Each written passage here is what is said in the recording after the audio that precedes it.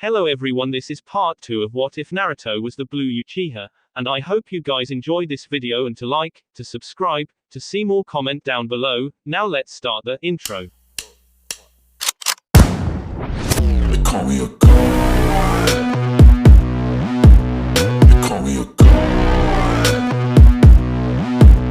They call me a god. Daylight Sagittarius. It was Naruto's 17th birthday and he was celebrating it the best way he could, lying prone, chin deep in soggy, rain-soaked grass and pointing his long-range launcher in the general direction of where one of Jiraiya's spies had said a strange transaction was taking place in an abandoned village in marsh country, and staring with his right blue Sharingan eye open through his launcher scope. No better way to spend a birthday.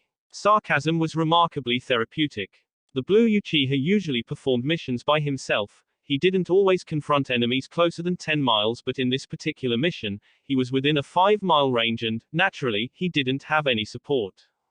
His commanding officer for Konoha's main force in Iwagakure, Minato Namikaze, had sent him here by his lonesome to watch the meeting, report what he discovered and pick off any ninja weaker than a rank that wasn't an ally using his long-range launcher.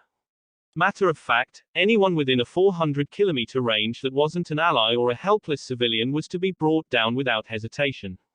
That was Daylight Sagittarius. Already, within 20 minutes of his arrival, Blue had killed roughly 20 Iwa ninjas, 5 Kumo ninjas and an A-rank grass shinobi. He wasn't to make any decision on his own and he wasn't to engage closer than a mile of them. He had shown time and time again that even though he was nothing to be underestimated at close range, he was truly a master of long-range attacks with a weapon that could certifiably kill shinobi before they could be aware of the needle lodged up in the base of their skulls. For that moment, he was observing a hooded man sitting inside an uncompleted building. The man had lightly tanned skin and whatever other feature was covered by the dark rain cloak, except that his hands had hard calluses and his fingernails were cut much too short. Naruto blinked as he saw a carriage come up from the horizon, dragged by a sickly-looking horse along a wet, muddy path. The sniper swiveled his sight slowly and turned a small knob on the side of his scope, focusing the scope on his target and improving the sight quality, zooming closer to the oncoming carriage, and his Sharingan spun sluggishly, keeping track of the minute movements around the carriage, ensuring there was no illusion or trickery at play. Not that many things could get past Blue's Sharingan. The hunter ninja took in the features of the person sitting on the carriage. The man was reedy thin and wore the Iwagakure forehead protector on his temple, a light brown shirt, black pants and blue sandals. His eyes were sunken into his skull and his mouth almost nearly hung open, as if he was eternally exhaling in hunger. His hair was as thin as one would expect from a malnourished man, though his hands held firm to the poor leather harness that controlled the horse as the animal clopped down the rain-wet road. The carriage had a dark-looking tarp thrown over and a stray wind lifted up the edge a little, showing that it wasn't a carriage but a large cage that had been fitted with wheels that the horse was drawing. The edge of the tarp went back down, showing nothing. Naruto hummed and adjusted himself on the disturbingly soppy ground, relaxing his finger on the trigger of his launcher and keeping his expression neutral. Only 4 Chunin guarded the carriage, and they too looked as bad as the driver. Iwa didn't seem to be in a good place at this point in the war. Too many people, not enough food and a drastic reduction in the number of able-bodied shinobi while the number of untrained, unusable civilians rose. Minato's last rampage, the one that turned him into the Yellow Flash, had created thousands of orphans and it didn't look like the Chuchikage could sustain all of them. His one open eye followed the carriage till it stopped beside the uncompleted building the first stranger had been sitting inside, now whom stood before it and rubbed his hands with what Naruto perceived as eagerness. The carriage stopped and the driver came down with a heavy huff. He cleared his throat and Naruto read their lips, his other eye now open and both blue orbs flicked from person to person. Here they are, as Lord Unoki promised. The driver said, catching a scroll of what Naruto guessed was money. There are 4 more carriages on their way. Have they been prepped? The cloaked person asked, pulling his hood back to show a fair-faced man with a Kumogakure forehead protector on his own temple. Or are we doing it ourselves? They've swallowed the explosive seals. The driver answered flippantly, handing the money to a Chunin guard and the man stashed it into his flak jacket. They won't be digested until the next 11 hours. 11 hours. The Kumo ninja raised an eyebrow. Special paper, I try not to ask. The Iwa driver answered flippantly. Well, the Kumo man shrugged. It's more than enough time to get them close to Kiri. We'll tell 'em to head that way for food. His voice strayed and he asked, skeptically. You starved them, right? The driver squinted and looked over the Kumo man's shoulder, seeming to expect more of them to come out of nowhere, but Naruto's dujutsu had positively identified that Kumo man was by himself. We've starved them, no problem. He stopped looking over the Kumo man's shoulder and asked him directly. You the only one here? I'm more than enough. The Iwa ninjas didn't bother asking. The light-skinned lightning shinobi then asked, more than curious. How did you get them to be quiet? Drugged them, was the simple answer. Naruto frowned and he forced his trigger finger to relax once again. It's some trippy grass that grows all over the place back home. One of the guards answered. Causes kidney damage if it's taken too much, but who cares, they're gonna die anyway. Mind if I take a look? The Kumo man answered, and without asking, he walked past the driver, flipping open the tarp. Blue's eyes hardened. Children were packed inside the cage, at least 30 of them, and they were glassy-eyed and catatonic, swaying side to side and twitching every little while. If possible, the children looked even hungrier than the ninjas picked to guard them on their very last journey out of Iwa. You know, the Kumo man said, a small smirk lingered on his lips. It's funny how your cage always boasted about how big his ninja force was, but now he's crying at how many useless civilians he's got. The driver shook his head as one of the guards reared up in anger. They get to be useful to Iwa in the end, I guess. Blowing up Kiri. Yeah, that's pretty useful. As Blue could recall, Kiri had a loose alliance with Konoha, but they absolutely detested Kumo.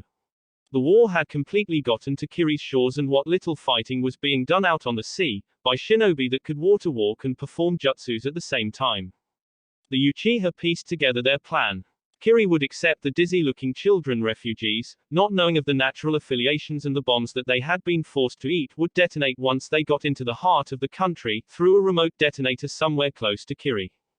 Naruto reported his discovery to Minato, as the driver and his guards waited for the other carriages to arrive. The Namikaze's order to final. Kill them all. Naruto cleared his throat. What about the kids? Leave them in the cages. They'll probably starve to death. It's better than being blown up. Don't forget, they're Iwa kids, this is as merciful as I can get.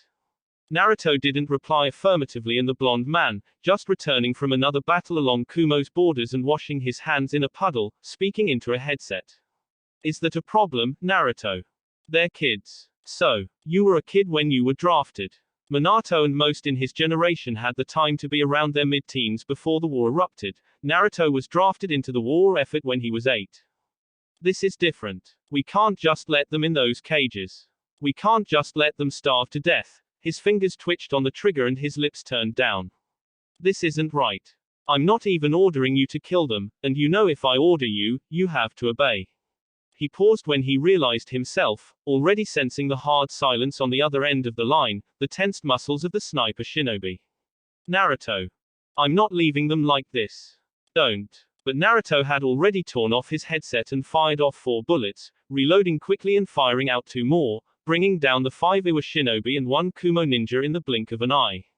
The senbon had been weighted since they had been in their cartridges and not weighted while they were in the air, so as to prevent a burst of detectable chakra, and those needles jammed into the sides of their throats, tearing through their lungs.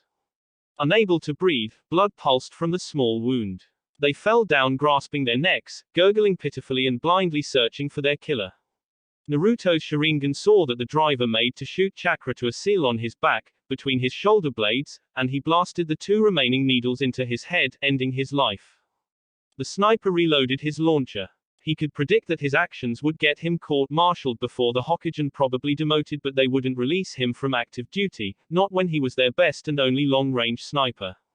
The Uchiha still hadn't submitted the schematics for his launcher. He didn't like the idea of a weapon as versatile and powerful as his launcher being mass-produced. Blue already had plans to upgrade his long-range weapon to pinpoint targets at even longer range, lock on with deadly accuracy and shoot them down. For now, the range limit was 400 kilometers and his senbon cartridges only allowed 4 needles at a time, but when he was done with working on his launcher, it would reach 600 kilometers and 10 senbon in a launcher. The forearm launchers only accepted a 2-needle reload at a time, though no less dangerous. That day, Naruto stretched the bare limits of his chakra. He made a shadow clone to guard the cage, and since his weapons couldn't replicate along with the jutsu, He could only spare the clone a handful of ninja stars, some kunai, and charged it to use ninjutsu, as long as it didn't dispel and leave the children defenseless. The man wasn't sure why he was going so far for these children. He set himself up on the top of a building and rained down hellfire on the approaching carriages. Those slave-carrying carriages weren't very spaced apart, and it took Naruto 10 minutes of continuous firing, 15 senbon cartridges and an overtaxed eye. When the carriages behind noticed that the guards in front were dropping like flies, they would panic and led Naruto to unleashing death in its swiftest form, before they could raise an alarm. Iwa wasn't too far back, and no doubt they had headsets with them or some sort of alarm seal, like with the driver, so each kill was a definite kill. A weighted needle between the eyes and lodged deep in the skull. With each liberated carriage, Naruto created a shadow clone to bring him to the deserted town he was sniping from, weakening himself drastically and making his vision blur more and more. The man wasn't so abundant in chakra, one of the reasons he favored long range as well as, if forced, hand to hand. He slapped his cheeks and got up off his stomach. Minato could be sending shinobi to his location to bring him back. Disobeying orders wasn't something the Hokage liked, not when one of the people he had designated power to was the one that had been disobeyed. Hiruzen Sarutobi saw it as a direct insult. Blue broke open the cages and took them out of their cages, though the drugged-up children didn't stray away from their wrought iron prisons. Naruto found some dog shit and he forced the children to smell it. They threw up. It would take 3 more cycles of this process of making them smell dog excrement and vomiting before they were purged of the drugs in the system. Then when that was gone, Naruto pressed on, making them throw up bits and pieces of the explosive seals. He was no master of fuinjutsu, but he was sure that whether the paper was intact or not, the bomb would still go off. He disposed of the explosive seals with fire, at safe distance, and by sunset, he ushered them back into the cages, and he and his clones guided them to north of marsh country, to frigid country, bypassing as much of the war as they could. The real Naruto lay prone on his stomach on top of the cage, firing needle after needle to clear their path, until he ran out of senbon and had to engage them directly. The Iwa children watched the Konoha shinobi defend them. They didn't talk much, only when they were hungry or thirsty. It took 2 whole months for them to safely get to frigid country, and much longer to get to hidden chill. Naruto was long since out of needles, and the standard weapons he used were the ones he picked up from dead bodies. He had a friend stationed in chill that would help him. Orochimaru took the children off his hands. The blue Uchiha and the snake Sannin had an understanding. Trust. That was what he had with the odd Sannin. It was what he hoped he had with his friends. Now, Naruto didn't know who to trust. His friends thought he was crazy. The black blonde-haired man left the Hokage's tower, his eyebrows furrowed and his hands clenched into fists in his pockets. Those outside so early were people setting up the shops or ninjas trooping into the tower for missions. They gave the grim-faced man a wide berth, and in turn Naruto was too in his mind to respond to the greetings. Hey, Blue. The man bumped into a smaller form and he blinked, looking down with fractionally narrowed eyes to the culprit that had blocked his path with their body. His blue eyes stormed with festering anger but summarily withdrew into itself, hiding the rage, when they focused on Yugao Zuki, who wore a sports bra under a white half-shirt, black tights underneath a pair of knee-length shorts and trainers. He spotted a few beads of perspiration on her forehead and the small, heavy exhales from her mouth. The only makeup she had on was face powder and dark purple lipstick, and this made Naruto raise an eyebrow. Blue. He grunted and stepped aside to continue his was, though the Junin hopped back in front of him with a curious crease of her forehead. She searched his eyes and he looked back down at her, masking his previous emotion with a half-empty, half-sleepy expression. How's it going, Yugao? Something wrong. I called your number but Itachi said we're here. Naruto was silent for a moment. His lips became a straight line and his clenched fists cracked, then he gave her a wide grin. Nah. Just wanted to talk to Minato. When are you gonna call him, Lord Hokage? More people were gradually coming out and life was restarting in the village. When I feel like it. Naruto answered tightly. His cerulean orb swept over her, from her messy purple hair, tied up in a ponytail, to her feet and back up to her eyes. Noticing his gaze as she tipped a bottle of water into her mouth, wiping her lips with the back of her hand. Yup. Came back from my morning jog. She perched a fist on her hip and smirked up at him. You up for a spar? The man leaned down a little and smirked right back at her, his eyes swam playfully. Shave that mustache, then we can talk. The woman gasped. Fuck you, jackass. Naruto's laughing smile never left his face. Do you really want me to answer that? You want to spar or not? She asked, plain and simple. She opened her arms and grinned up at him. Or are you scared you'll be beaten by a girl? The blue Uchiha rolled his eyes and leaned back lazily. You want to fight that bad, huh? I mean, if your pride allows you to get creamed, then sure. The swordswoman shrugged. Ooh. Training ground 11. Blue put on his black gloves and rolled his shoulders, raptly watching his opponent stretch her arms over her head, swung them down and closed her eyes, rolling her neck. How do you want to do this? She asked the man standing in the middle of the training ground. Naruto's response was a silent gesture to his childhood friend, as he patted down his short-sleeved blue shirt and the pockets of his black pants, performing a few squats and bouncing on the balls of his feet. I don't use my sword, you don't use your launchers. Hand to hand. I'm not with my gear. She jogged to him and stood a foot from her friend. Neither am I. No sword, no launchers, no kunai, no shuriken and no forearm or shin guards. They both took 10 large steps back and settled into their fighting stances. Yugao into a noticeably guarded stance, prioritizing the use of her arms to guard her middle and her legs to move, while Naruto took a less guarded stance, keeping his chest and stomach somewhat open and his legs bent into a ready position, though the swordmaster was far from deceived. She had grown up with the man across from her, spent the greater part of 14 years with him, whether or not they were out on the field or training together. For only a handful of years, they were teammates. Blue was a long-range fighter, through and through, but his fighting style provided gaping false openings, making it look like he neglected to protect his vitals while in reality they were to lull her into a false sense of superiority, make it seem like he was a mere novice and she could very well take him down by attacking the open areas of his chest and stomach. She was woman enough to admit that she had fallen for this many times before, but those times was when her friend was fully geared with the standard shinobi weapons, his launchers and his senbon. She was beginning to think he really did have his gear with him. Ever so slowly, the Anbu operative shifted her stance from defensive to offensive, leaning heavily into counterattacks.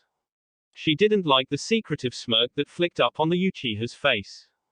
She didn't like the mysterious spark that lit up in his eyes, the one she had seen hundreds of times before he slit his opponent's throat open, a look in his eyes that bordered on manically exhilarated. Yugao tightened her core. TCH. She lifted up her forearms over her head when the long-range fighter bounded to her in 5 easy steps and came down with an axe kick. Yugao diverted the blow to her right and spun on her heel, delivering a heel kick that Naruto blocked with his own forearm, lowering himself soon after and surging 2 punches to her gut, which she dodged by hopping back once, running back with her head down and rolled under an overhead kick from her Uchiha friend, dexterously bent her back away from a palm strike and speedily turned around, fully engaging him again. Blue shifted his head to the left from a straight punch and Yugao batted away a liver jab. Grunting with her teeth clenched as the special Junin cracked his knee into her gut, stepping closer to her after the blow and nearly taking her head off her shoulders with an elbow strike, which she just barely missed by tucking into a backwards roll, stumbling back on her feet and rolling once again as Naruto came to her with an axe kick that seemingly fell down from the sky-blue heavens, creating mild shockwaves as his foot smashed into the ground. The man doggedly followed her as she rolled back once again, exhaling tightly and suppressing the urge to activate his Sharingan and end the fight. She rose up and slapped a punch upwards with her palm, batted down a knee, swept aside a blow to her face with her forearm, ducked a critical palm strike to her chin and cursed as, unpredictably, his knee ran into her face. Stars exploded behind her eyes and the world dimmed for a split second. The knee strike banged her brain in her head and her body tumbled onto the ground. She rolled onto her front, away from a solid kick to her side, and pushed off the ground with her powerful arms, clear away from a stomp to her upper back. Yugao grabbed a blow coming to her neck with both of her arms, hastily tucked the blow over her right shoulder and used the force of the Uchiha's blow against him by judo flipping him over her shoulder. The man's back slammed into the ground and Yugao, firmly holding the downed man's upper arm with her left hand, released her other fist and brought it down on the man. Naruto snagged the blow with his other hand and pulled, twisting his body and summarily bringing her down to the ground as well, flipping over her own downed form and straddling her. Her right arm was pinned under his left knee and her left arm was under his right foot. Her legs lifted off the ground, fully intending to wrap around his neck and throw him off, but he caught her right leg under his arm and rammed his other elbow into her left thigh. Pain burst from her left leg as it limply fell back onto the ground. Naruto knew Yugao's body to the finer details. He didn't need his Sharingan activated to know which areas he could strike that would paralyze that part of her body. Now, Naruto said, and the smile cleared from his face, replaced by frigid seriousness that chilled his childhood friend's very soul. You have one chance to tell me the truth, or else I'll hypnotize you and get it out of you by force. The woman grunted and struggled, thrashing her arms and her restrained leg, until Naruto jammed his pointer and middle finger to her right hip and her other leg went still. Her eyes bugged out in horror at her inability to free herself. How long has Minato told you to spy on me? This time her eyes widened not in horror but in alarm, freezing from her struggle for freedom, and her mouth flapped, not sure what to say. I'm not repeating myself. Blue ground threateningly and glared down at her. Blue, hold on. I was gonna tell you. That's not what I want to hear. Naruto snapped as his blue eyes flared, transforming into the basic form of his Sharingan, the three Tomo eyes. Truth. Now. We're worried about you, Naruto. I'm tired of hearing that. Naruto hissed, irritated that his closest friend was playing Minato's words back at him like a broken record. You and me were deployed to Kumo on the same day, at the same time and at the same age. Why are you not a class of threat? Be because you have crystalline and your Sharingan. She exclaimed, her body heaved and relaxed. Her eyes glazed over with tears and she cried. Not only are your launches dangerous but your Sharingan, what you can do with them, make you a bigger threat. Naruto felt sick to his stomach and Yugao's heart dropped at the disgust that twisted her best friend's face. Of all the people that could stab me in the back, you of all people know how much this village means to me. He eased his knee and foot off her arms and plopped down beside her body, crossing his legs and closing his fists tightly on his knees. He could look at her and it broke Yugao's heart at how much she had betrayed him. We've been ninjas for well over 12 years, Yugao, Naruto stated, his lips dipped and his eyes dimmed with suppressed sadness. The Swordmaster couldn't bear to look at his torn face again. And throughout those 12 years, I have never once used my eyes or my launches against a comrade or a friend outside of training. He looked at her and shook his head, his eyes shifted back to normal. And you knew this. Of all people, you should know this most of all. Yet you think everyone thinks I've lost my mind. That I'll snap and turn against the village I've served since I was a kid. I tried to convince them, Naruto. Stop lying. Blue scoffed and stood up. You're a terrible liar. Contrary to Blue's words, Yugao wasn't a terrible liar. She was deputy captain of Anbu Team 2, she was a prodigious Kunoichi and a master of her craft. Blue knew the woman so much and to such extents that he could tell when she was lying. And she was supposed to know him that well too. Turns out he was wrong. Naruto, we need to talk about this. She said, trying to sound firm but the emotions in her voice betrayed her. Nah, Naruto replied with an easy, laid-back smile and an airy shrug of his shoulders. He pushed his hands into his pockets and began walking off. I think we've talked for long enough. Naruto, wait. She pushed chakra into her legs, restarting her muscles and staggered to her knees, bashing her fists into her unfeeling thighs to get her blood flowing. Let me explain. I'm just gonna go, before I do something I'll regret. He was too far ahead of her by the time her legs agreed to support her body again. A few minutes later, Konoha's eastern gate. Itachi looked up to his uncle and said factedly, if we're running away, then you could have at least given me 5 minutes to pack. Itachi held his uncle's hand firmer and sighed dully, his head dipped down and he scuffed his foot on the gravel ground leading up to the gate, disappointed. This isn't how I imagined we'd run away, Blue. Uncle Blue, he corrected himself. I don't think I'm ready to hear about your fantasies, Itachi. The boy suddenly blushed, his face a worrying shade of red. Idiot. He spat. That's not what I meant. Ha, whatever you say, kid. They neared the gate and the man shrugged his backpack onto his front, briefly releasing his nephew's hand and then holding it again. And we're not running away, I just want to go and see an old friend of mine. Do I really have to come? I can't leave you by yourself for too long. The uncle replied. Besides, I'll teach you a low-rank genjutsu on the way. Itachi's eyes lit up. Genjutsu. Yup. What's it called? Mirror of Damnation. The boy said, skeptical. That doesn't sound low rank. The man hummed and scratched his chin, failing to hide his knowing smirk. Is B rank low? Catching on quickly, Itachi cracked a small grin. I think it is. There we have it. My friend might use some nifty illusions too, but we won't be out for too long. Is that why there are Anbu following us? The 7-year-old prodigy stated, turning his face to the right and spotting about 3 black operatives staring down at him from the roof of a 2-story bakery. The boy and his uncle had long since sensed their watchful presence, and they also caught sight of about 4 more black operatives trailing them from a short distance. Bah, we'll lose them. Before the boy could ask his special Junin uncle how he could lose Konoha's elite shinobi, now whom numbered up to 10 following him, the man stopped at the gate and presented his and Itachi's passports.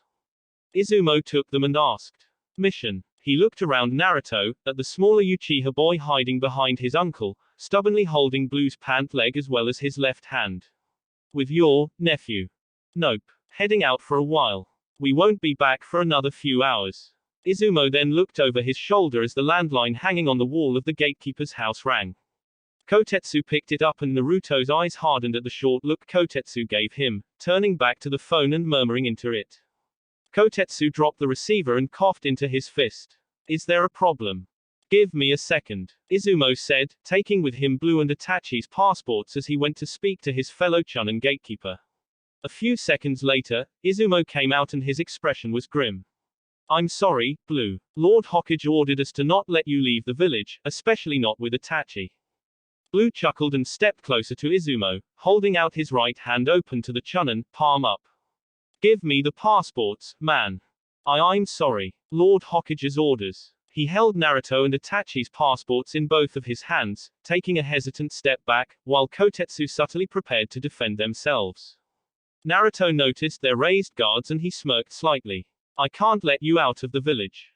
Naruto's eyes curved upwards and his left hand held Itachi's own a bit tighter, though not uncomfortably so. It was a secret reaffirmation and Itachi calmed down once he received it. The Uchiha sniper tilted his head to the side and stood where he was, his right hand still waiting for the passports. "What makes you think you're the one keeping us in the village?" Wisely recalling how the long-range fighter's aversion to being ordered, Kotetsu introduced himself to the talk. "No offense to you, Naruto, but our hands are tied." Blue exhaled. "Well, that's too bad." The passports in Izumo's hands warbled, as if they were mere tricks of the light, replaced by pieces of paper of identical size and weight. "Tell Minato to keep his panties on. We'll be back before the get-together." Blue bent his knees and Itachi hopped onto his back, wrapping his arms around his uncle's neck. The bag on Naruto's front made it somewhat hard for Itachi to keep his legs around Naruto's middle, but he found a way. He turned his body, as the Anbu made to stop him from leaving, and spoke to an alarmed Izumo, who was surprised that an illusion had been used on him. "Oh, and I'd appreciate it if we weren't followed." One of the Anbu, a tiger mask-wearing man, said, reaching for Naruto's shoulder with his hand. "Naruto." The Uchiha's neck swiveled over his shoulder and his Sharingan burned darkly in his sockets, spinning furiously. "I dare you to stop me, Tenzo." Tiger retracted his hand and his jaw locked, hard. Rightfully so, the other black operatives gave Naruto his space, doing so stiffly. Blue beamed at him, then faced ahead towards his journey. Smart man. Naturally, going against the Hokage's orders was detrimental to one's health, but what minuscule amount of respect Naruto had for Minato was erased to its very last atom after the meeting he had with the Yondaime in his office. Blue knew it was Minato that had convinced their friends that he was gradually losing his mind. Oh, he knew. At this point, the Blue Uchiha couldn't care less about any order from the Hokage. Sure, there would be repercussions to his actions, and some part of the Uchiha's mind tried to convince him to feel at least some sort of hesitation or a bit or regret at what he was doing, but he honestly couldn't care less. He just couldn't. It was probably why Minato didn't like him. One of the reasons anyway. As Konoha's eastern gate became a small dot behind them, Itachi craned his head over his uncle's shoulder, or at least tried to, though he ultimately settled for placing the side of his head between Blue's shoulder blades. "What did you do that they aren't chasing us, Blue?" Uncle Blue. Uncle Blue. Naruto's answer was simple. "I stop being human when I'm pissed. They know that." It chilled Itachi how honest that statement was, and worse still he was fairly sure that the man hadn't laid a hand on him, so curiosity drove him to ask. Did you threaten them with the Mangekyo Sharingan? Blue gave a tickling laugh. The one was Itachi liked out of all of Naruto's laughs and the one that in turn made the boy smile in appreciation that he was the one that brought out his favorite laugh. It was a humorous laugh that acknowledged that his nephew had said something that genuinely made him smile. What makes you think I have the Mangekyo, Itachi? Because you do, was the sharp answer, a buzzing response from between Naruto's shoulder blades. I saw it when you were yelling at my dad after you picked me up from the forest of death. It's different from the ones I read in my dad's library. The eyes Itachi had glimpsed were akin to shattered stained glass that was made up of different shades of blue, white with a toxic, demonically black background. The Mangekyo Sharingan Itachi had seen his uncle shortly display as he laid in on Fugaku kept its pinwheel look, though with a stark resemblance to a hypnotic kaleidoscope. That day was the angriest Itachi had ever seen his uncle. He didn't want to see his uncle that angry again. It scared him, more than he wanted to admit. Blue stopped being human when he was pissed. Yet, time and time again, Blue was the only person on the planet that the young Uchiha was comfortable with talking to. Not even Shisui had gotten to that level of friendship, and the flamboyant Uchiha held nothing back. First off, Blue said, breaking him out of his thoughts as he jumped from branch to branch and further away from Konoha by the minute. You shouldn't have been in your father's library in the first place. There are many dangerous secrets in there that someone your age shouldn't even know about. I've almost finished the scrolls in that library anyway. The boy conceded, nestling himself closer to his uncle. I don't mind not heading there anymore. Well, I'll take it. And, yes, I do have the Mangekyo Sharingan. How did you get it? A close friend I fought alongside of during the war while I was stationed in Kumo was captured. I was sniping from about 500 kilometers away, out of Senbon and low on chakra. I could only run so fast. He was long gone by the time I arrived. Naruto cleared his throat and focused half of his mind on the path he was running on, skipping off a branch and neatly landing on another, doing so with light feet and ensuring the branch didn't snap under his and Itachi's added weight. I went to look for him and some days later I found him. The boy waited for the man to continue, but Blue remained silent. He was alive. The man chuckled humorlessly and shook his head. Oh, no, he was in worse shape than when I last saw him. What did you do? There were no medics for another 5 miles and basic first aid wouldn't be of any help, so I had to put him out of his misery. A memory rushed into his head. Kneeling in the crumbling structure of Lightning Country's daimyo's palace, a 15-year-old Naruto cradled Iruka Yumino's lifeless body. A clean slice ran through each of his wrists, sluggishly throbbing with thin red blood. It was the most humane way for Blue to ease Iruka into death's arms, using his Sharingan to dull the pain to an ignorable thump and place Iruka's tortured mind in a state of perfect peace. The bodies of no less than 40 Lightning Country shinobi, samurai and Kumo Junin littered around them in various positions of distress and vastly different states of suffering. Some had senbon rammed into the base or sides of their skulls, some were missing arms and legs, some didn't have their heads on their shoulders, some were simply curled up in themselves, vomiting blood because their hearts had imploded after a well-placed palm strike, and a staggering number of others had their entrails pouring out of their stomachs. Their flak jackets were unable to stop the tanto cut of a vengeful Uchiha. Those that weren't already dead or were dying moaned pitifully, and those that weren't dying but were in perpetual pain lay on their backs or on their sides, their eyes wide, their mouths gaping hollowly and their bodies ramrod. Forever unmoving. It was an ability only Naruto's Sharingan could perform. Blizzard. They were unresponsive, catatonic, for the rest of their lives as their muscles constricted with an impossible amount of pain. Later, Blue would find out he had evolved his Sharingan. The pain isn't worth it, Itachi. Naruto said solemnly. The twisted, gnawing agony of losing someone close to you is never worth it. He sent a short look over his shoulder, at the boy that had the side of his face placed between his shoulder places, his eyes closed and feeling the world rushing past him under his uncle's fleet feet. Promise me something, that if or when you acquire the Mangekyo, you get it through hard work and perseverance. Itachi's murmured answer wasn't delayed, not even for a second. I promise, uncle. I won't let you down. Blue found a smile growing on his lips. I knew I could count on you, Itachi. Having the Mangekyo Sharingan, for Naruto anyway, was a unique sensation. even though he had only used his eyes not more than twice, and those were to check out what they could do and how it boosted his ninja way. The ocular improvement was astounding. It dwarfed what his normal 3-tomo Sharingan could do, and that basic form of his dojutsu wasn't weak in any possible way, given that a unique to him jutsu he could perform was a complicated yet simple genjutsu called Blizzard, an illusion that, once he acquired eye contact with his target, allowed him to command the person's brain to disable bodily functions, including locking the limbs and tightening muscles. The mental images Blue subjected him to depend on his mood and the sheer depravity of his intentions for their sanity. Once his Sharingan evolved to Mangekyo, Blizzard became stronger and turned into Inferno. Naruto's Mangekyo made it look like he had been blind for all his life.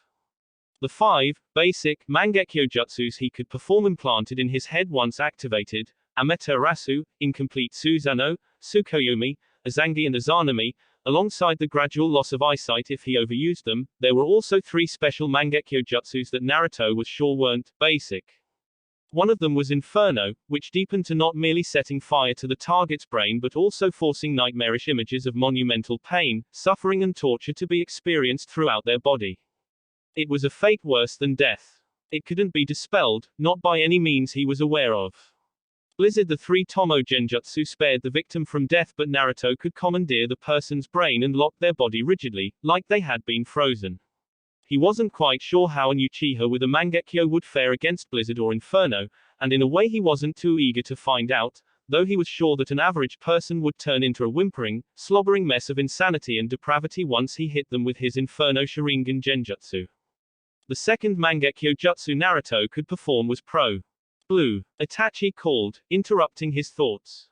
Uncle Blue, he corrected, more out of instinct than anything else. He huffed and landed on the ground. The backpack he wore on the front rattled a little with the items inside: rations, weapons and scrolls, and he kept within the forest, avoiding the popularly used road leading out of Fire Country. Uncle Blue, where are we going? A small town in hot water country called Zuki. Zuki. Not yet at the stage in his studies to be well versed with most of the towns and villages of every country on the continent, Blue hummed at the question lingering in Itachi's voice.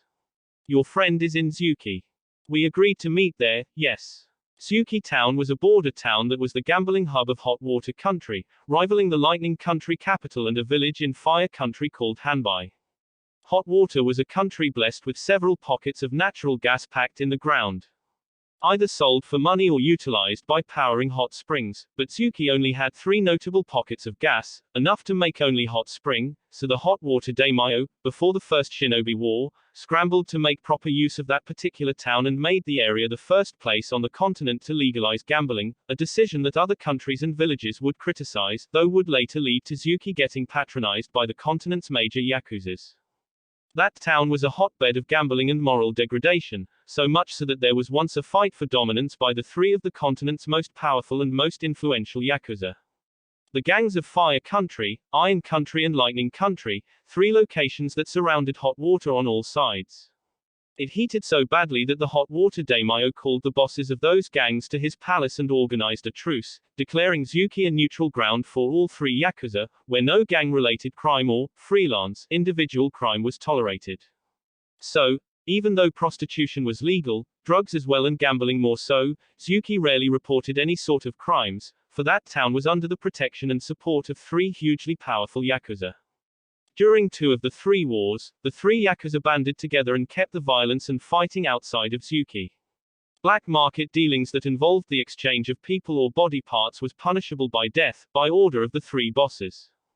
No one was dumb enough to anger any of the 3 bosses. Blue gave a short summary of this to his nephew, who also hummed thoughtfully. Is your friend connected with any of the 3 yakuza? She's a part-time mob doctor for the Iron Country yakuza, from what she last told me, but for most of her time she's in Hidden Chill running a medical facility I'm funding. He laid out all the clues to her identity for Itachi and, connecting the dots, the boy's eyes widened. Do you know who I'm talking about? Oh, Orochimaru of the Sannin. The boy's arms around his neck tightened with suppressed fear. You know her. She played a big part in helping to form who I am and what I want to be. How did she do that? The nephew asked inquisitively, shifting only a little to get more comfortable, ready for a story. She told me something that I constantly think about, from the day she told me, even to now. Normal is boring. Start every day with a mountain of expectations and end it with zero regrets, because the greatest weapon known to man is neither the human mind nor the soul, but the will to live. The will to survive. She really told you all that, huh? The younger Uchiha mused, thinking hard on the message his uncle had conveyed him, then idly saying, "It explains a lot about who you are, uncle." The man gave a slight smile at the reflective tone of the boy's voice. The winds of Fire Country's northernmost grasslands whistled past them, nearly drowning out Itachi's words, as the Uchiha sniper blazed through a field of waist-length grass, far from a visible path but not in the least bit lost. "But, can it really be who I am?" "What do you mean?" "I mean," the boy dug his face deeper into his uncle's back and was silent for a moment, unsure if he should voice his thoughts. He finally said, "I want to be like you, uncle. I'm not someone you'd want to be, Itachi. My honest wish for you, kid, is for you to see the world, more than I ever could." "But Uncle Blue, you've already seen everything," Itachi said factedly. "Then you should see more than everything. Experience as many lifetimes as you possibly can. You don't have to put yourself in dangerous situations or always be out on the road. Just, don't limit yourself to where Konoha wants you to go to what Konoha wants you to do. Along the way, you'll find out who you want to be." Itachi knew his uncle wasn't implying that he should spur the Hokage's orders like he had done or be disloyal to his village, and yet he still wasn't sure about the meaning behind Naruto's words. Despite this, he was absolutely sure he wasn't going to let his Uncle Blue's words be wasted. "I'll try my best." Clearing the grassland, Blue climbed up a marginally tall hill and shaded his eyes with his hand from the sun, squinting down. There were horse carts, carriages and trolleys trotting casually, from Fire Country to Hot Water, making their way to the border town of Zuki. Not that many people walked by foot, and even then, they remained on the left side of the road, on a paved path allocated for pedestrians. The line wasn't exactly going too slow and it wasn't too fast. The Zuki entrance gate had 4 lanes, 2 entering and 2 leaving, and they were manned by suit-wearing men and women, some of whom wore dark shades or medicated glasses. Those black-suited men and women were color-coordinated, wearing dark silver, long-sleeved dress shirts underneath, black leather belts and rigorously polished black shoes. Iron Country Yakuza, Naruto identified, conveying this to the boy looking over his shoulder from his piggyback perch on Blue's back. Any hot water shinobi was there for show. Making his way down the hill and joining the pedestrians trooping to the gate meant specifically for non-carriage travelers, the Uchiha spotted the Yakuza holding their sheathed katanas in their hands or strapped to their hips, while their wakizashi were indeed strapped to their left hips. Their hair, build and facial features differed a lot. There was a man that was 4 feet tall and a woman that towered close to 7 feet, an effeminate man of slender build and delicate features and a burly-looking woman with strong features, a wispy beard on her chin, a fair-skinned woman and a dark-skinned man. As long as they pledged their lives and their blades to their boss, they were welcome to join the Iron Country Yakuza. Yes, Blue had a contact within their ranks. His contact was a female ronin that was high enough in their ranks to not need to constantly wear a suit but favored wearing a formal kimono, heeled sandals and her soft red tresses tied up into a loose bun by 2 chopsticks. He had once saved her from falling off a cliff. Long story. Nearing the front of the line, a male gang member spotted him. Blue was wearing a dark red short-sleeved shirt with black shinobi pants and black sandals with a pair of dark red gloves. His backpack was worn at his front while a wide-eyed, raptly cautious boy with black hair and coal-black eyes blinked at him from over his uncle's shoulders. The child was in a pair of dark shorts, bright green short-sleeved shirt and black-green sneakers. Likely his uncle was the one that picked out his clothes for him. He wasn't wearing his Tokubutsu Junin vest or his forehead protector, so there weren't that many identifiable features on him to link him to Konoha. Not that many people liked Konoha, and they would make it more difficult than necessary to gain entry into Zuki. It was possible his Iron Yakuza contact had told her subordinates to keep an eye out for him. The thing was that he hadn't notified her that he was on the way to Zuki. Or, it could be the Snake Sannin that had pulled some strings, using her position as part-time mob doctor to ease him off Naruto's back. The woman was a Sannin, a legendary Kunoichi. She wasn't some sort of random grunt within the organization, even though the Iron Boss had given her a part-time status. From what Orochimaru had told him, the boss had given her a protection detail, the protection of the Iron Yakuza and a snazzy monthly salary. All she had to do was heal whoever they sent to her, and that wasn't really a problem for the renegade Sannin.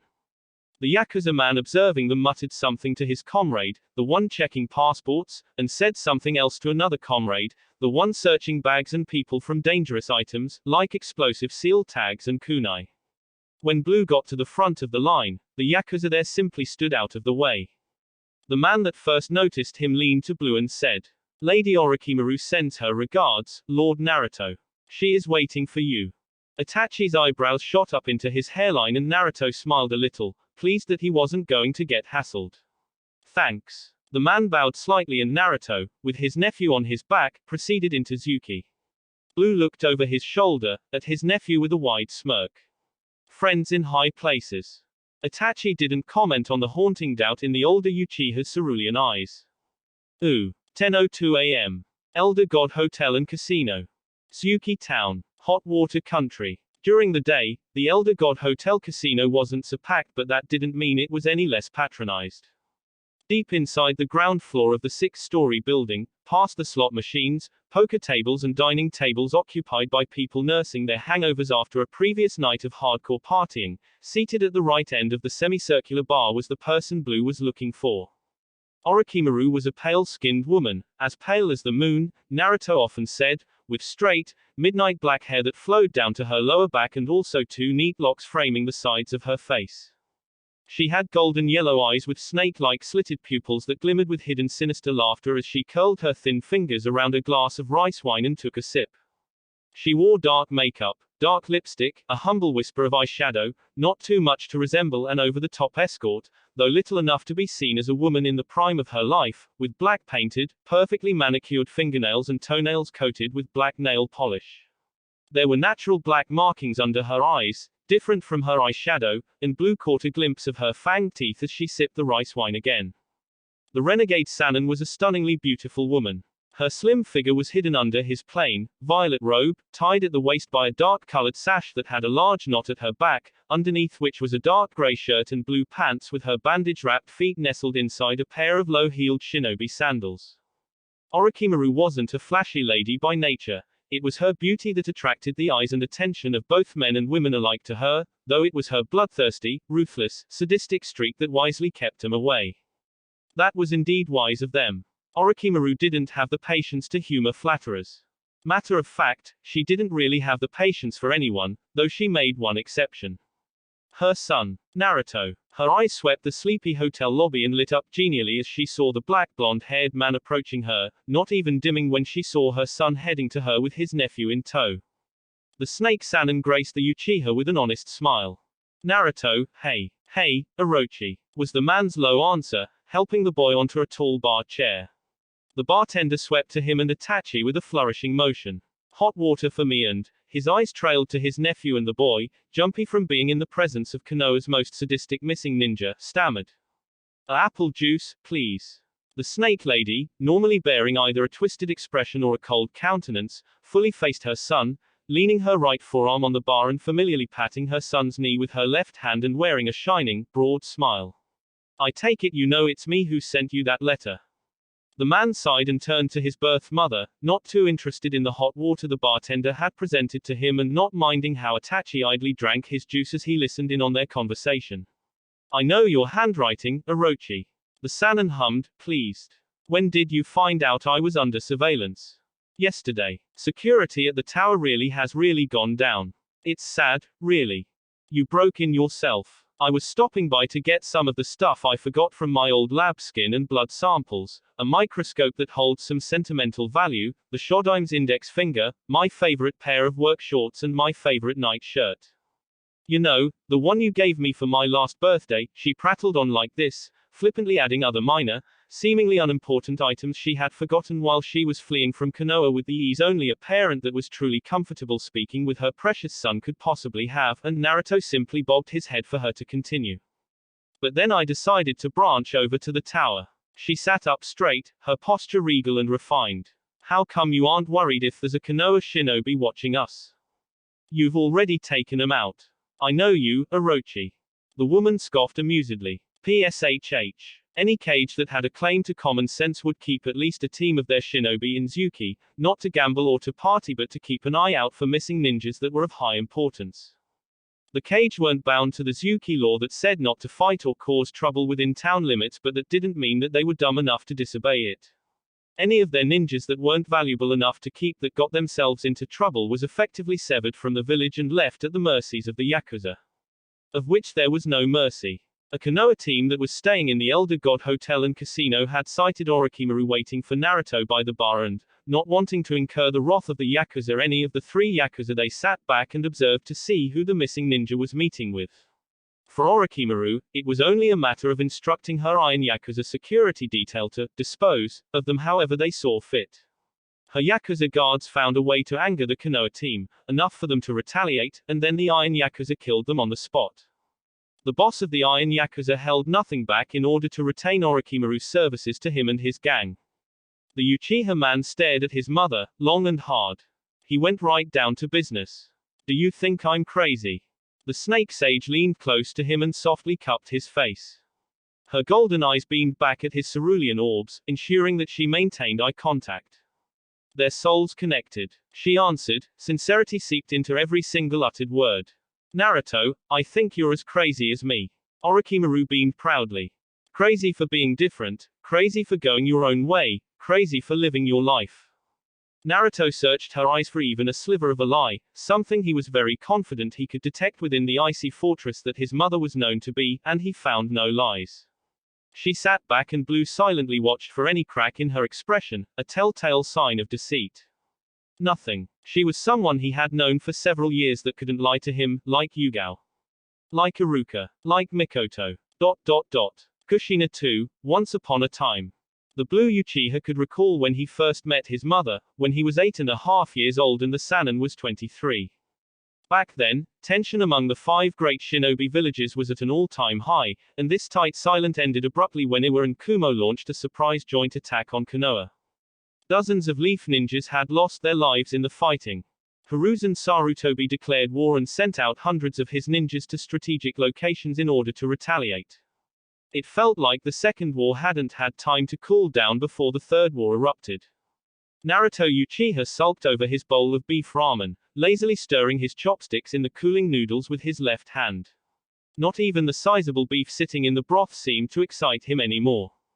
He was leaning on the counter, his chin perched on his right palm and his legs swung from the tall stool next Ichikuku Ramen's counter. The few tables didn't seem to be that occupied, but he didn't feel like sitting there, and his irritated grunts made it obvious to the chef that he wasn't interested in talking. The pale moon shone down on the ramen stand and the evening wind sent a chilling wind through Konoha's edgy denizens. Someone sat down on the vacant stool on his left and lifted up her finger for the chef to see her, saying, "Shrimp ramen." Yes, Lady Orochimaru. Not even hearing her name could elicit any interest from the dour blue-eyed Uchiha sitting near her, who sighed again, heavily. The snake Sannin flicked him a curious gaze and shifted in her stool, uncomfortable, unsure of how to introduce herself. She was fairly sure that the chef calling her infamous name would cause at least even a small stir from the 8-year-old boy, but that plan went up in flames with the tired breath the boy released. She sat up straight and subtly turned her body to him, only just a little. No reaction. She cleared her throat and waited, her hands on her lap and not making any moves for her order as the chef placed it in front of her. The boy's sky blue orb slithered up from his bowl and an eyebrow slid up. "Can I help you?" The woman gave him a quick smile. "You seem distracted. What's it to you?" Well, she trailed off, once again not sure what to do or what to say, then an idea came to her.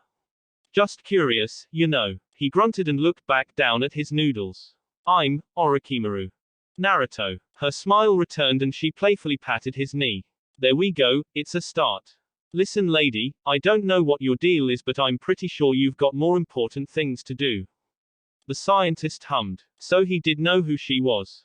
She then shook her head. "That wasn't important, not right now. I've got some time." She felt emboldened to continue speaking by the disinterested noise he made from his throat. "How about you tell me what's wrong?" "Meh, not sure if stranger danger applies to me anymore," the 8-year-old boy mused to himself, and the woman chuckled lightly, hearing his muttered words. "Congrats on becoming genin, by the way." So young too. Very impressive. He grumbled tiredly, frustrated. I know what you're doing. She raised an amused eyebrow. And what am I doing? Getting me to talk. I'm not in the mood. She smirked slyly and leaned her elbow on the counter. I read from a book that speaking to strangers about your problems is very helpful. Go get your money back, lady. She patted his left knee again and his eyes narrowed fractionally at that action, something that made the scientist withdraw a little. A sweat drop slid down the side of her face and his suspicions, making her wonder what exactly he had heard about her. Come now, Naruto. Give it a try. You're not giving up, huh? He said pointedly. Nope. Orochimaru chirped, her bright smile illuminated her pale face and displayed her fangs, lighting up her golden yellow eyes. All right, he murmured in a grated voice. My father was killed last night, at the warfront in snow. He noticed how the light and energy seeped out of Orochimaru's very being at the news. She struggled not to frown and the Uchiha boy studied her expression for a moment, slowly continuing. They couldn't recover his body. The woman spoke in a low voice, her golden yellow eyes churned with a mysterious emotion, one Naruto couldn't identify. Unfortunate. She briefly straightened out the invisible creases on her pants. I'm sorry to hear that. Nah, don't be. He gave an off-handed wave. Never liked him. We didn't get along, you see. She didn't say anything back, only fighting off the frown from showing on her face, so he asked her. Did you know him? I liked him. She perked up, a sudden jerk of her shoulders and a flickering expression that vaguely resembled satisfaction. Well, not for a while, anyway. You two were dating. She scoffed. He wished. Before the conversation could turn around and put her on the spot, she asked him. Is that why you're down? Not really. He inhaled deeply and exhaled. Me and Yugao Zuki were put on the same team and were being posted in Kumo. By this time tomorrow we'll be a quarter of the way there. It wasn't unheard of for a genin team to only have 2 members and no specific Junin sensei. There was a shortage of available teachers, so their team was going to learn as much as they could from the older ninjas that would go with them to Kumo. The Sannin knew that much, even though she had pressed the Hokage, her former teacher, to make her the Junin sensei of Naruto and Yugao's team. The 8-year-old genin went on, as if he hadn't paused. I'm glad I'll be out of this village before sunrise. Why, he coughed into his fist and murmured, so low the snake lady had to lean closer to him to hear what he was saying. Well, there's this girl I really, really like. So, I confessed to her. The black-haired woman sat back, surprised. Oh wow. The boy laughed quietly. Ha, yeah. Orochimaru blinked. Wow. This time, Blue didn't say anything. The scientist, panicking somewhat, fired off questions at him. Who is this girl? How old is she? Do I know her? What was her response? Kushina Uzumaki. 13. Probably. No, his eyes strayed to his cold ramen. In order. The older ninja was dazed, her mind reeling at what he had told her. Did she tell you why she couldn't accept? The boy laughed cheerlessly. She said that I was too young for her, that she treasured our friendship too much to jeopardize it by getting romantically involved with me. Orochimaru's eyebrows couldn't get higher, partly wondering whether those were Kushina's exact words, so Blue clarified. I'm paraphrasing. Oh, and besides, she said she already liked someone and she was hoping they'd confess to her. Some guy named Minato, I think. He buried his face in his hands and groaned torturously. This is so embarrassing. I ruined it. Leaving the village is the best thing for me right now. The woman patted his back, a laughing smile grew on her face. It's not that bad, Naruto. You know, she said she wanted to see me off tomorrow. He looked at her, his hands still covering his face, and looked at her between his fingers. I should probably wake Yugao up so we can head out to Kumo. He nodded and said in an honest to calmy tone. Yeah, that's a perfectly logical idea. The woman giggled into her own hands, soothingly rubbing his back, and his face fell onto the counter and he grumbled, louder and more irritated. Cliché huh, I'm crushing on my sister's best friend. Wonderful. There, Orochimaru comforted. They're having a sleepover right now. I don't want to embarrass myself any more than I already have, especially not when I see her. Again, not surprising that an 8-year-old sniper was being sent out into the field before his 13-year-old sister. Blue's skills would be incredibly useful out on the field. It was a risky move by the Hokage, but that didn't exactly stop Hiruzen either. Having 12-year-olds evade bombs and killing enemy shinobi was bad enough. Blue breathed out, resigned. Maybe Mr. Ganter won't mind if I sleep in his stand. Orochimaru's first inclination was to propose she kill Kushina in retaliation for the Uzumaki Jinchuriki declining the Uchiha's affections, but she suspected that Naruto would be less than happy to hear it. Thus she suggested something else. I've got a spare futon in my apartment. Why don't you stay there, until you have to leave tomorrow? Besides the fact that it's super weird having an 8-year-old boy sleep in the same house as a 25-year-old woman he doesn't know and just met tonight. Huh, good point. Then I'll just leave my keys with you. Blue was too down to feel surprised. Where will you sleep? My former teammate, Tsunade, has a spare room at her place. You don't think I'll steal your stuff?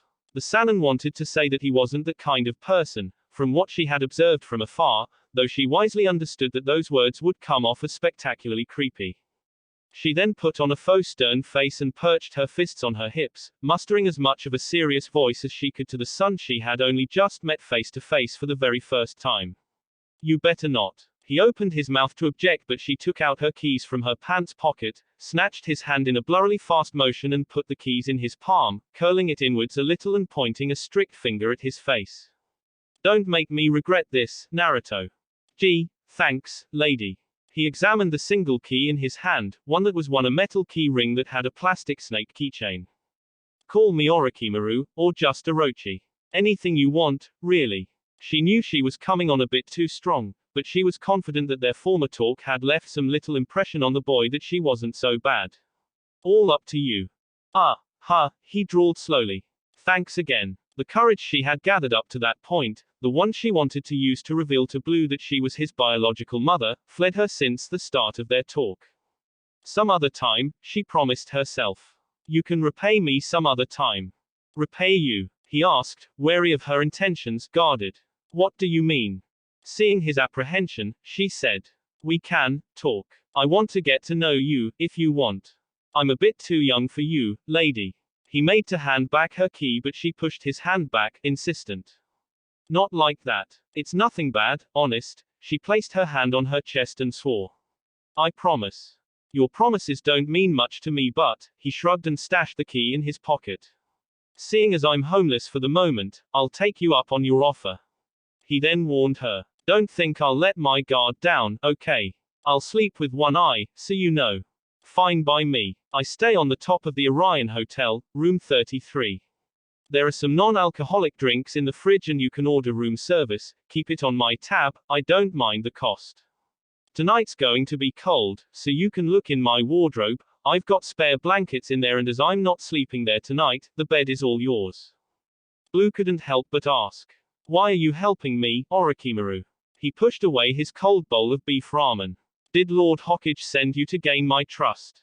The Sannin was pleased to hear him using her name, though, deep inside her soul, she would have liked it more if he called her, Mom. She didn't quite like how he assumed the worst in her and her intentions. No, Naruto. I honestly want to get to know you. Orochimaru gave the man a lipless, reptilian smile. I will never betray you, Naruto. She lightly thumped her left fist on her chest and flicked her pointer and little finger out, placing the back of her hand, and thus the horned hand sign, on her forehead. I swear, I love you. Believe me. It was a reassuring gesture she and Blue had come up with some years back, a secret handshake of sorts. What do you want me to do? She uncurled her fingers from her glass of rice wine.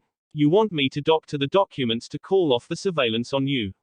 Or, she gasped shallowly and said, excitement lingered in her tone. You want me to kill Minato? She enjoyed the uncomfortable jerk from the younger Uchiha boy seated on Blue's other side. I can get it done for you. Don't do anything, was his reply. Nothing. The scientist was confused and it showed in the nearly unheard stammer of her next question. Are you sure? I'm sure. I wanted to know who was really on my side and who wasn't. Yugao, his closest friend, basically spoke on behalf of his group of friends.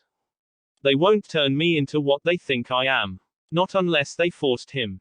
Sooner or later, his friends would do something truly regrettable. Blue stopped being human when he was pissed off. Author's note. Jutsu list. Inferno, or Inferno Petrification. This is a Mangekyo Sharingan jutsu known and used only by the Blue Uchiha. This jutsu capitalizes on the illusionary mastery of the Sharingan to force chakra directly into the brain and nerve endings of the target's body, controlling the part of the brain in charge of governing the heart rate, body movement and breathing. This illusion utilizes Naruto's fire affinity to basically melt the brain and brain stem into a soupy liquid whilst still within the skull of the victim.